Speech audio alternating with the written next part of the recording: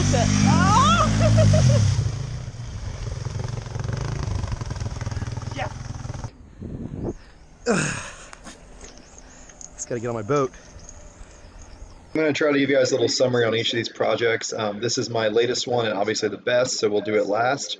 But my first attempt at making a floating 4x4 ATV was my old 300. I didn't have very high flotation tires. Those are 28-inch Outlaw EDLs in the front and 31 Outlaw skinny wides in the rear, but they're crushed. So not a very high flotation setup. It had to have a bunch of other floaties on it. I had to strip the bike down to its bare essentials to get it to float. But it did work. It just wasn't practical because it had no racks, and the dualies were really hard on bearings, and it was pretty much undrivable. But it was fun to go around a lake, and I did tow a tube across the lake. 54% gear reduction, Detroit gearless locker, Warren 2x4, so I'm in two-wheel drive right here. But like I said, this was just a proof of concept. It was not practical, but it was hilarious. I did this like, I don't know, 10 years ago or something, and slowly been improving my amphibious vehicle arsenal.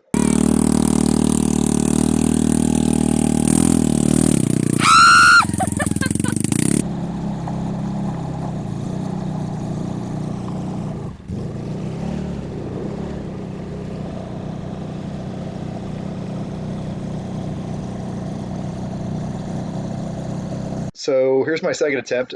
Several years later, this is a 2015 Rubicon with dualies. It's my regular 31 Outlaws I always ran on this machine, and then I added three-wheeler tires to each corner with some super light 9-inch Douglas wheels, 25-inch balloon tires. Extremely buoyant, work great, but again, it's dualies, and dualies just aren't practical for anything other than putting around a lake.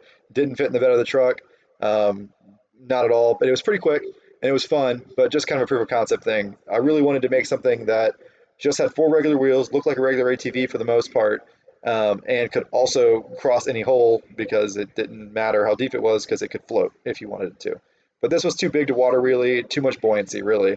You really want to just barely float. That's the ideal thing.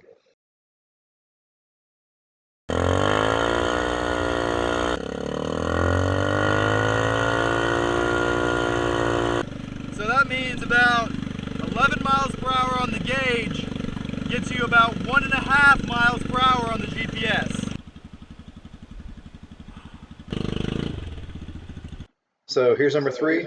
This was my most reasonable setup so far. This is a TRX 250. It's basically a big red three-wheeler with two front wheels on the front instead of the one wheel.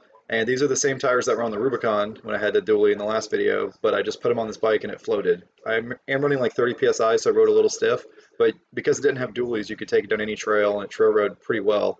I did put Outlaws in the back for the lake crossing to get it to have more paddle, so it wouldn't get stuck as much, but I still got stuck on the way to the lake in the weeds.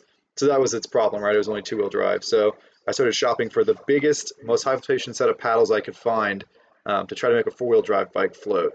And I tried on the Rubicon, didn't quite float. Rubicons are too heavy, but it turns out off 300 it can do it. This bike did have a 18% gear reduction just to help when I was running the Outlaws in the back, but you could do it with a stock machine, no problem. It's floating really well now though. I put more air. See if I can get it on land.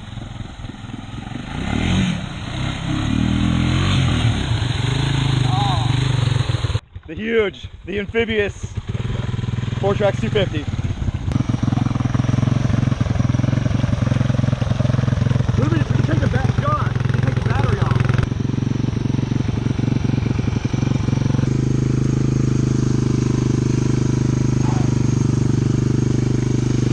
Wheel drive bike is stuck pretty bad. Time being, I'm getting pulled by a 115 horsepower Honda. Much faster. This is so hard to balance.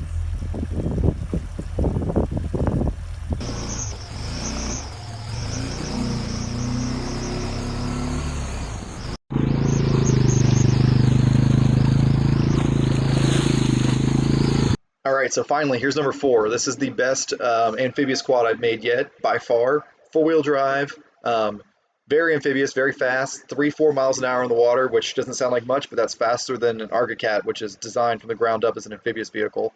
Super lightweight, very capable in the mud, rode good. Tires only have 5 PSI in it, and it floats. So I could put more air in it and get to float even better.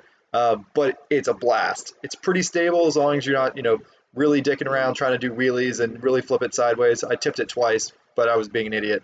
I could take this thing anywhere. I'm probably just going to leave these tires on here. The mods to support it is a 2.5-inch swing arm stretch, to get you the extra clearance you need for the big tires in the rear, and a front lift and a locker. Just, yeah, barely touch it though. Barely. Back over. All the way in the middle of the lake.